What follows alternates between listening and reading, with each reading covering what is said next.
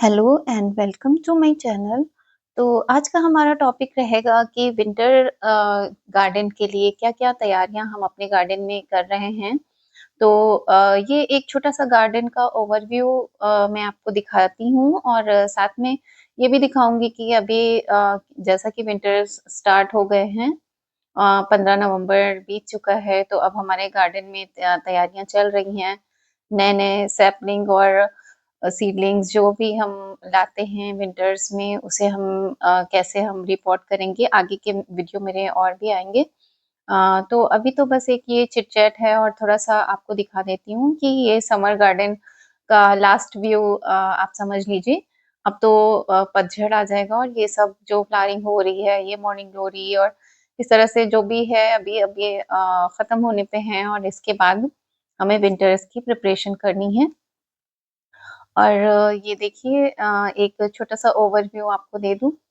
अ, फिर उसके बाद हमें क्या करना है अभी, हमें सबसे पहले मिट्टी तैयार करनी होगी और पॉट्स वगैरह जो हमारे पास एक्स्ट्रा हैं, गमले जिसमें कुछ प्लांट्स होते हैं ना, जैसे ये है सदाबहार है, कुछ बस सीड से अपने से उगाए हैं, तो हम ऐसे ही छोड़ देते हैं, तो वो हम उन सबको गमलों को खाली करके उनकी पुरानी मिट्टी को दोबारा रीयूज़ कर सकते हैं उसे।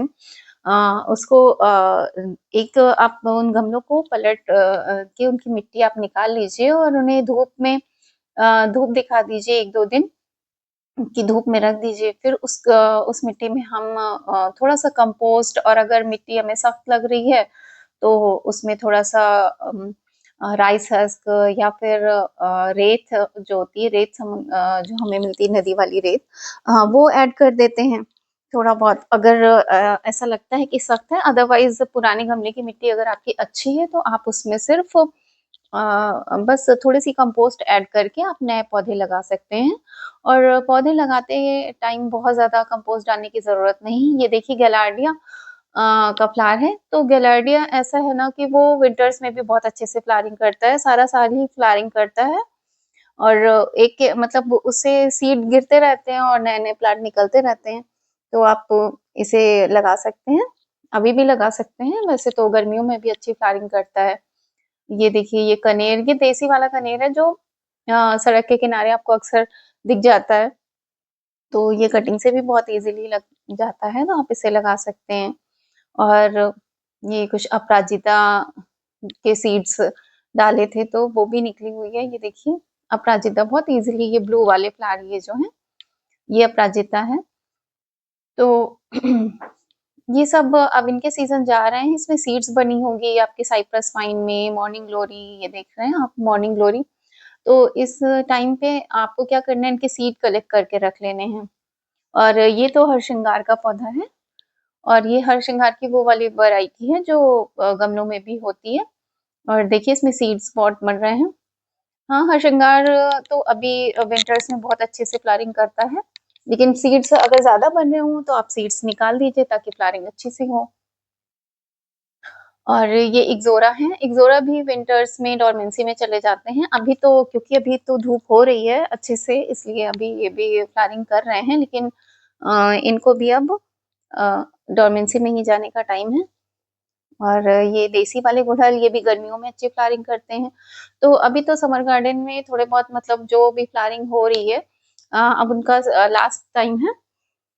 तो जैसा कि बात कर रहे थे हम लोग कि विंटर्स में हमें क्या तैयारी करनी है, तो आप पुरानी मिट्टी इस तरह तैयार कर सकते हैं और नई मिट्टी आपको तैयार करनी है, तो अगर आप नई मिट्टी लाते हैं, तो उसे आप चेक कर लीजिए कि वो मिट्टी आपकी कैसी है, बहुत हार्ड है या फिर बालू वाली है। अगर बालू वाली है, तो उसमें ज़्यादा कुछ नहीं ऐड करना पड़ेगा आपको बालू या राइस हस्क, लेकिन अगर आपकी हार्ड और चिकनी मिट्टी है, तो आपको ऐसा करना होगा कि एक पार्ट आपको मिट्टी लेनी होगी और एक पार्ट उसमें रेत मिलाइए या फिर कोकोपीट और या फिर राइस हस्क। इस तरह की कोई भी चीज़ हम उसमें मिलाते हैं ताकि हमारी मिट्टी पोरस हो जाए।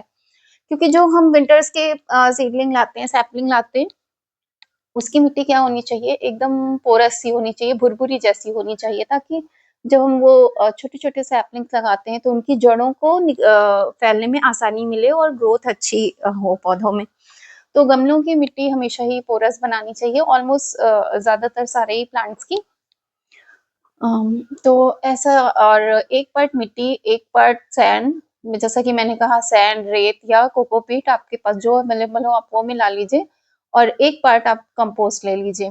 और अगर आप थोड़ा बहुत इस रेशियो को कम ज़्यादा भी कर सकते हैं, जैसा अवेलेबल रहता है मैं वैसा कर लेती हूँ। अगर जैसे 5 पार्ट आपने मिट्टी ली तो 3 पार्ट आपने उसमें सैंड या कोकोपीट या राइस हस्क, इनमें से कोई चीज़, एक चीज़ मिला ली, या मिला के तीनों चीज़ों को मिला लिया आपने 3 पार्ट, और 2 पार्ट आपने उसमें वर्मी कंपोस्ट या गोबर की खाद या किचन वेस्ट कंपोस्ट मिला ली। तो इस तरह से भी आप अच्छी मिट्टी बना सकते हैं। और ये देखिए, ये इधर क्यारी में देखिए, ये है ब्राइडल टियर वाइन बोलते हैं इसे। ये भी सड़क के किनारे, रेलवे साइड में आपको अक्सर दिख जाएगी। पिंक कलर के फ्लावर जो पीछे आपको दिख रही है, ये बहुत घनी हो जाती है, बहुत ही कोरल वाइन भी उसको कहते हैं। तो बैक साइड में आप देख रहे होंगे, तो वो इस तरह से हुई है, बहुत ही अच्छी सी। और ये देखिए, ये तो मॉर्निंग ग्लोरी है और गोम्फ्रेना है, जो सीड से इनके अभी आप कलेक्ट करके रख लीजिए, फिर जैसे ही मार्च अप्रैल में आप फिर इनके सीड डाल दीजिएगा। ये सारा साल ही बढ़िया आपको फ्लावरिंग करते हैं, आपके गार्डन में बने रहते हैं, बहुत ही गार्डन की शोभा बढ़ाते हैं। गर्मी में, बारिश में बहुत अच्छे लगते हैं। और ये अडेनियम है, ये भी अब डोमेंसी में जा रहे हैं, और धीरे धीरे ये इनकी सारी पत्तियां गिर जाएंगी। और ये देखिए, जो मैं बात कर रही थी, कोरल वाइन या ब्राइडल टियर भी बोलते हैं इसको। तो ये देखिए, इसको लगाने से क्या है ना, पॉलिनेटर्स बहुत आते हैं आपके। आपने अगर फल या सब्जियों के पौधे लगाए हैं तो ये एक वाइन लगा देंगे तो इतने सारे पॉलिनेटर्स आते हैं आपके यहाँ कि मतलब बहुत अच्छी ब्रीडिंग हो जाती है आपके प्लांट्स की। और ये देखिए, बहुत ही ब्यूटीफुल लग रहा है, और बिल्कुल छोटी सी क्यारी है, उस क्यारी में लगा हुआ है ये। और आप भी इस तरह के, ये इसमें सीड्स भी बनते हैं, आप सीड से लगा सकते हैं। और इसमें नीचे रूट जो होती है इसकी, बल्ब ऐसे बन जाते हैं। ये विंटर जब ज्यादा होगा तो ये एकदम से पत्तियां झड़ जाएंगी, ऐसा लगता है कि पौधा मर गया है, लेकिन फिर वो सीजन आने पर फिर से फ्लावरिंग करने लगता है और नई नई ग्रोथ हो जाती है। ये देखिए, ये देसी वाला डेनियम है, इसमें भी अभी फ्लावरिंग अभी भी हो रही है। अब जैसे जैसे रातें ठंडी होंगी वैसे वैसे इसमें फ्लावरिंग खत्म हो जाएगी। और ये इधर कैक्टस रखा हुआ है, तो कैक्टस ये बहुत पुराना है, तो धीरे धीरे क्या होता है, ये गमला गिर गया, टूट गया, और ये नीचे भी देखिए गिरे हैं कुछ। और इसके कांटे, इसको हाथ से नहीं छू सकते क्योंकि इसमें बहुत ही इसके कांटे बारीक हैं और वो चुभ जाते हैं। तो इसे बस ऐसे ही लगा दीजिए, बहुत ही हार्डी होते हैं, रफ एंड टफ। और इधर एक वैक्स आई हुई थी, और ये एक लौकी की और कद्दू की दो बेल गई हुई है। ये देखिए, ये छोटे छोटे अभी भी इसमें आ रहे हैं फ्रूट्स। ये वाइट कलर के जो फ्लावर हैं, ये लौकी के फ्लावर हैं। और देखिए, अगर छोटी सी भी जगह में आप अगर शौक रखते हैं तो आप कर सकते हैं, इस तरह से आप सब्जियां भी लगा सकते हैं। और बस शौक के लिए आपको एक दो भी आपने अगर हार्वेस्ट कर ली तो बहुत खुशी होती है कि हाँ, अपने से मैंने खुद से उगाया है, घर की चीज है। बस ये देखिए, यहाँ भी मॉर्निंग ग्लोरी तो ऐसा है ना कि आपने लगा लिया तो वो जगह जगह पे उसके सीड्स गिरे रहते हैं और खुद ब खुद प्लांट्स निकल आते हैं। तो इस तरह से कुछ मेरे गार्डन का ओवरव्यू देख सकते हैं आप। और ये देखिए, इधर कुछ रेन लिलीज हैं। ये तो इन सबको आप जो है इस टाइम पे एक साइड कर सकते हैं, एक साइड करके रख दीजिए, क्योंकि अब तो इनका सीजन भी चला गया है। हालांकि सर्दियों में भी जब बारिश होती है ना तो रेन लिली तब भी खिलते हैं रहते हैं। और इधर कुछ जो मेरे पॉट हैं रखे हुए हैं वाटर प्लांट के, इसमें वाटर लिली लगी हुई है। वाटर लिली पे भी मेरे वीडियो हैं, ये भी अब डोमेंसी में चली जाएगी। और ये फिश देखिए, सब खुश हैं इस टाइम पे। तो इस तरह से विंटर्स में ये भी डोमेंसी में चली जाती है, और फिश भी थोड़ा सा एक्स्ट्रा केयर करनी पड़ती है। जब बहुत ज़्यादा धूप बिल्कुल नहीं निकलती तो फिश बहुत सरवाइव करना उनका मुश्किल हो जाता है। और अगर आपको उस पे वीडियो चाहिए तो आप बिल्कुल कमेंट में बता सकते हैं कि विंटर में मैं कैसे उसे फिश को बचाने के लिए क्या-क्या करना होता है। और तो इस तरह का बस अभी यही सब चल रहा है गार्डन में, और सारे बस मैंने प्रिपरेशन चल रही है। हालाँकि ये वीडियो 1 हफ्ते पहले का है और मैंने काफ़ी कुछ प्रिपेयर कर लिया है। अभी मैं एक लेटेस्ट वाला भी मैं आपको दिखाऊँगी।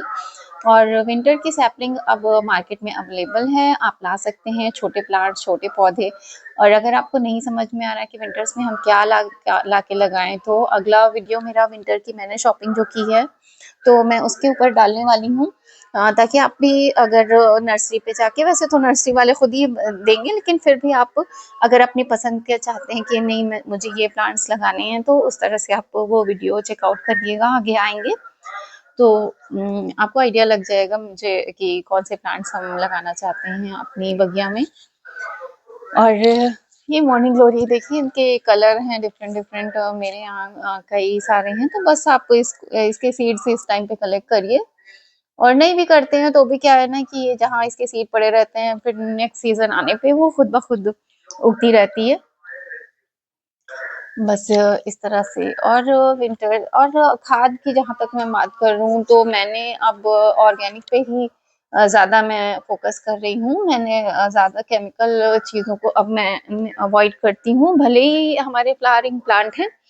हाँ, हमें ये तो है कि केमिकल डालने से रिज़ल्ट फ्लावर बहुत अच्छे मिलते हैं, लेकिन वो नुकसानदेह है हर चीज़ के लिए। इसलिए मोस्टली चीज़ें ऑर्गेनिक हैं। अब ये देखिए मैंने सारे पुराने गमलों को खाली करके उनकी मिट्टी को सूखने के लिए रख दिया है। ये राइस हस्क मेरे यहाँ आसानी से मिल जाती है, तो आपको भी मिल जाए तो आप राइस हस्क डालिए, नहीं तो आप बालू भी डाल सकते हैं, ये सैंड जिसको बोलते हैं। ये वर्मी कंपोस्ट है, जिसमें नीम केक जो है वो मिला रहता है, उससे इन्फ्यूज्ड है। तो ये वर्मी कंपोस्ट मेरे पास है, सीवीड है। तो जब हम गमलों में प्लांट लगाएंगे, तो एक गमले में सीवीड जो है 1 चम्मच, और ये एप्सम सॉल्ट था 1 चम्मच। अगर 12 इंच का पॉट है तो बस 1-1 स्पून दे देंगे। और ये मेरी क्यारी है जिसकी मिट्टी अब तैयार है, और इसी में मैं कंपोस्ट बनाती हूँ। उसका वीडियो मैंने पहले भी डाला हुआ है कि क्यारी में मैं किचन में इस कंपोस्ट कैसे बनाती हूँ। तो इस टाइम पे मेरी कंपोस्ट एकदम रेडी है। तो ये और मिट्टी मैंने इसमें से निकाली हुई है, और जो कंपोस्ट है पुराने गमले और जो क्यारी की मिट्टी है उसमें जो किचन में इस कंपोस्ट है, इसमें वो भी मिली हुई है। तो आपको नहीं बनानी है मिट्टी, तो मेरा वीडियो ऑलरेडी मैंने डाला हुआ है कि किस तरह से मैं मिट्टी तैयार करती हूँ। तो आप भी प्रिपरेशन कर लीजिए। ये देखिए इतने सारे गमले मैंने खाली करे हुए हैं। तो अभी मैं और तो नए पॉट नहीं लाने वाली हूँ, क्योंकि पॉट्स बहुत सारे हैं। और ये जो गार्डन की सफाई करने के बाद जो सूखी पत्तियाँ, तो ये बहुत अच्छी खाद होती है लीफ मोल्ड की। तो इसे भी आप ऐड कर सकते हैं चूर करके, या फिर आप पॉलीथीन में बांध के रख दीजिए, हल्का-हल्का सा पानी छिड़क दीजिए 2-4 दिनों के बाद, तो वो डिकम्पोज़ होके बहुत ही अच्छी खाद बनती है, जिसमें हम अपने सक्लेंट लगाते हैं। और अज़ेलिया पे मेरा एक वीडियो आएगा, अज़ेलिया के पौधे भी हम लगाते हैं, और ये कुछ विंटर के पिछले साल मैंने सीड कलेक्ट किए थे, तो वो भी मैं अभी क्यारी में डाल दूँगी।